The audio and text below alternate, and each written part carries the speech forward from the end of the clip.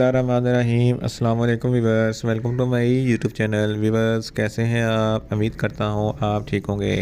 Viewers आज मैं आपको ओमिज़ोल 20 mg कैप्सूल का रिव्यू दूंगा जो मैदे की तेज़ाबियत, सीने की जलन और हार्ट बर्न के लिए बहुत ही मुफीद कैप्सूल है।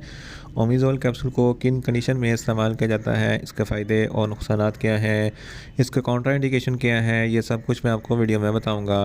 वीवर्स सबसे पहले मेरी आपसे रिक्वेस्ट है, मेरा चैनल मुस्तफ़ा फार्मेसी सब्सक्राइब करें। वीवर्स बात करते हैं ओमिज़ोल कैप्सूल की पैकेजिंग की, तो इसके एक पैक में 14 कैप्सूल होते हैं और इसकी कीमत 250 रुपये है। ये किसी भी मेडिकल स्टोर से आसानी से मिल जाता है। वीवर्स अब बात करते हैं ओमिज़ोल कैप्सूल की फार्मूलेशन की, तो इसकी फार्मूलेशन में ओमेप्राज़ोल 20 mg होता है। वीवर्स अब बात करते हैं ओमिज़ोल कैप्सूल का सही तरीका इस्तेमाल और खुराक की, तो ओमिज़ोल कैप्सूल दिन में एक कैप्सूल 2 मरतबा इस्तेमाल कर सकते हैं। वीवर्स अब बात करते हैं ओमिज़ोल कैप्सूल को किन कंडीशन में इस्तेमाल किया जाता है, उसके फ़ायदे क्या हैं।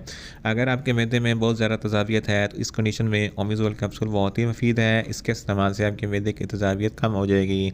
अगर आपका सीना जलता है या हार्ट बर्न होता है तो इस कंडीशन में भी ओमिज़ोल कैप्सूल बहुत ही मुफीद है।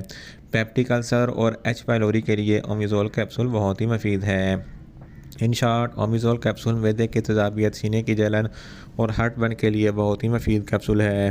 वीवर्स अब बात करते हैं ओमिज़ोल कैप्सूल के नुकसानात की, तो इसके कोई ख़ास नुकसानात नहीं हैं, मगर इसकी ओवरडोज लेने से आपको न्यूज़ा हो सकता है, वॉमिटिंग हो सकती है और पेट में दर्द हो सकता है।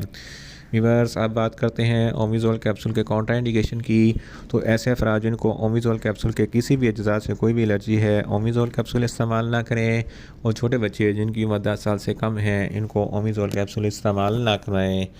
वीडियो अच्छी लगे वीडियो को लाइक करें, शेयर करें और मेरा YouTube channel Mustafa pharmacy subscribe करें। मिलते हैं एक नई इन्फॉर्मेटिव वीडियो के साथ। अल्लाह हाफिज़।